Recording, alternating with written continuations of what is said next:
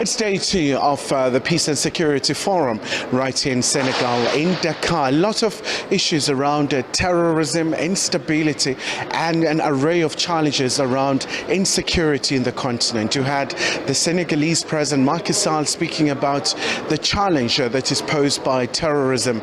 And we know that in this particular region, you do have the Sahel, where scores of people have been displaced because of terrorism, but also speaking about the current challenges facing the continent, issues around climate change, how it's affecting quite a number of countries, how also the issue of the current conflict in Ukraine and Russia being involved, how it's having knock-on effects in the continent in terms of the fertilizers and the food insecurity as well. But also you had the Angolan president as well, João Lourenço, who gave an update on the current situation, of course, in the Democratic Republic of Congo and Rwanda.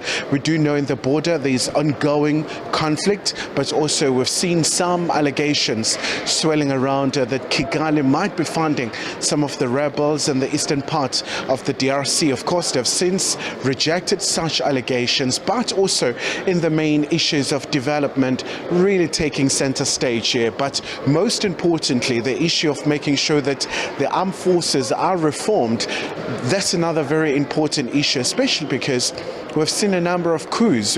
I mean, in a country like Burkina Faso, in a matter of a couple of months or so, we've had 2 coups and stuff. But apart from that, so on the second day, we're expecting also a number of international partners to have more agreements with the continent in terms of boosting the fight against terrorism and making sure that the security reforms do take place to make sure that Africa is in a very better place. Kumalo, SABC News, Senegal, Dakar.